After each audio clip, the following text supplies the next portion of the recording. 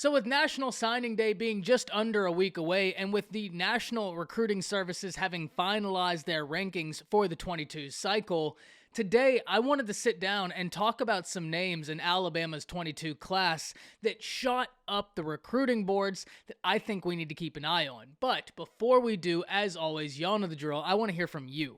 So hop down to the comments, give me a Y for yes, N for no. Are you happy with how Alabama's recruiting class for the class of 2022 is turning out? And let me know what you're thinking.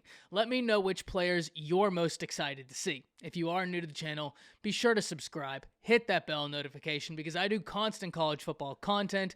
You don't want to miss any of it. And if you enjoy this content, like and comment down below. Those interactions are massive to content creators such as myself in both getting picked up and maintained by the YouTube algorithm. But with all of that being said, we need to jump right into this, and we will start off with Amari Nablac, classified as an athlete, but a rare talent that I think we all need to be watching.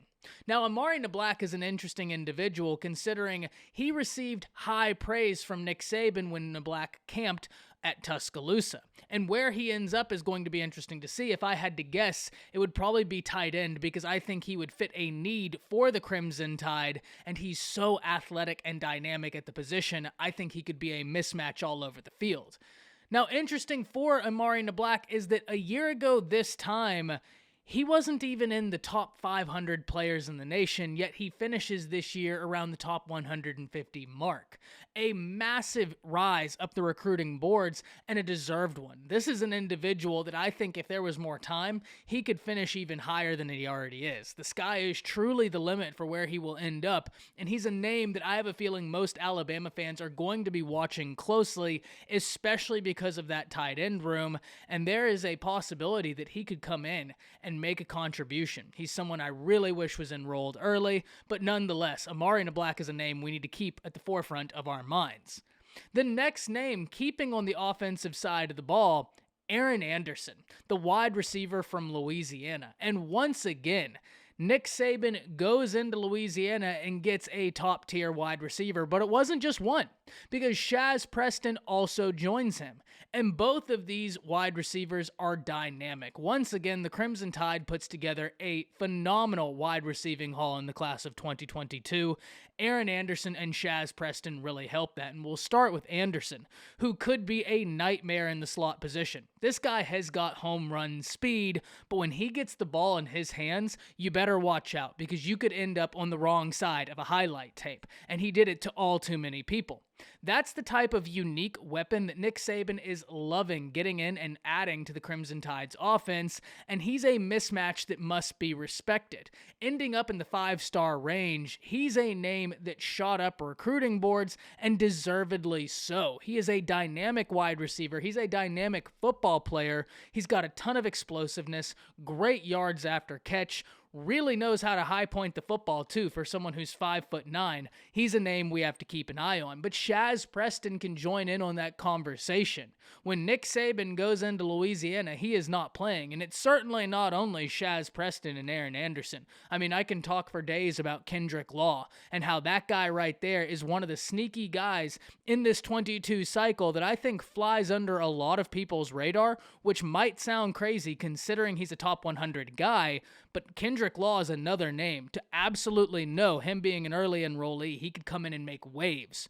But both of these wide receivers from Louisiana shot up recruiting boards. Shaz Preston ending up as a 5-star depending on where you look. Aaron Anderson ending up as a 5-star depending on where you look. What we can all agree on, though, is that both of these individuals are phenomenally talented, and Alabama fans are very pleased that they get them in their class. Now, when we talk about offense, it all starts and ends on the offensive line. And Alabama got a really nice offensive line haul this cycle, which was great to see considering the offensive line haul acquired last cycle. But we need to start off and talk about Elijah Pritchett, who finishes as a 5-star on 24/7 Sports. And Pritchett could be a huge addition to the Crimson Tide, both literally and figuratively, because he is massive, 6'6" plus, really athletic for that size. he's someone we need to watch, especially with the competition that is going to be happening at the offensive line position. I bet if I polled Alabama fans right now, the vast majority, when I would ask the question of what position group are you most intrigued about going into this springtime, would be offensive line. Yes, the wide receiver room is going to be very exciting, very interesting, especially with the names in it. The new guys coming in, the guys already there, and then Jermaine Burton. What a room to talk about.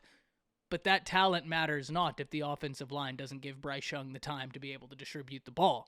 And Elijah Pritchett is a name we need to keep an eye on, especially as he rose through the recruiting cycle. But another name that only received praise, especially at the All-American games, was Tyler Booker from IMG, helping Alabama continue that IMG pipeline. Tyler Booker is going to be a name, once again, much like Elijah Pritchett, we have to watch because of the competition that will be ongoing in the offensive line. And yes, the guys last year have a year up in experience on them, such as J.C. Latham, Tommy Brockermeyer, all the very talented linemen that Alabama got in last year. But it kind of highlights how impressive it is that Alabama got that great offensive line class last year, and then they double down with some really talented offensive linemen this year. You love to see that. Now, finishing out this video is a person I can't wait to see how he ends up, because when we talk versatility, we cannot talk versatility without mentioning his name. And I don't simply mean for the Crimson Tide's class. I mean in the entirety of this 22 cycle. He is one of the most versatile players in all of the nation, and I was over the moon when Alabama ended up getting him in their class, and that's Jihad Campbell, because this kid has got upside, and I mean dangerous upside, and not just at one position.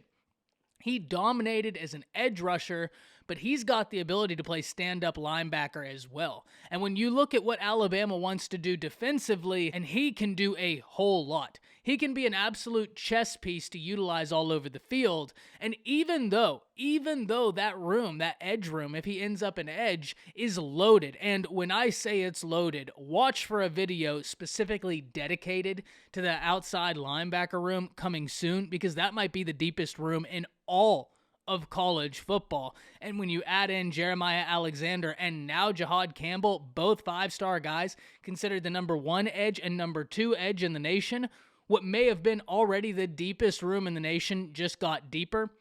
That's going to be something we have got to watch. But when we talk about versatility, this guy is comped to Micah Parsons. Now, in no way am I saying he is Micah Parsons. He's Jihad Campbell. But that just shows you, whenever they're talking about, like, oh, who does that guy remind you of? That's the versatility we're talking about. The same Micah Parsons that is tearing it up no matter where they put him on defense. So, having someone with that versatility, that explosiveness, that aggression is going to be something very interesting to see. And because of that, he was the last name on this list that I think we need to keep an eye on, because he shot up recruiting boards this past cycle. So with all of that, like I said, once signing day is complete, we will sit down, we will do a much more comprehensive look at the class. We'll talk about the early enrollees. We'll talk about the class in its entirety. But today, I wanted to sit down and talk about some guys that really shot up recruiting boards, because it is incredible. When we're talking about Jihad Campbell, the guy I finished with, he wasn't even a top 300 recruit in the nation this time last year, finishing out as a 5-star. So, that's the type of rise, that's the type of versatility that you love to see, and it kind of underscores Alabama's eye for talent. The way they have these guys come in camp lets you know they know what they're looking for. So, very interested in hearing from y'all. Let me know, are you excited about this current class? And let me know who your favorite players out of it are. That's it. See ya.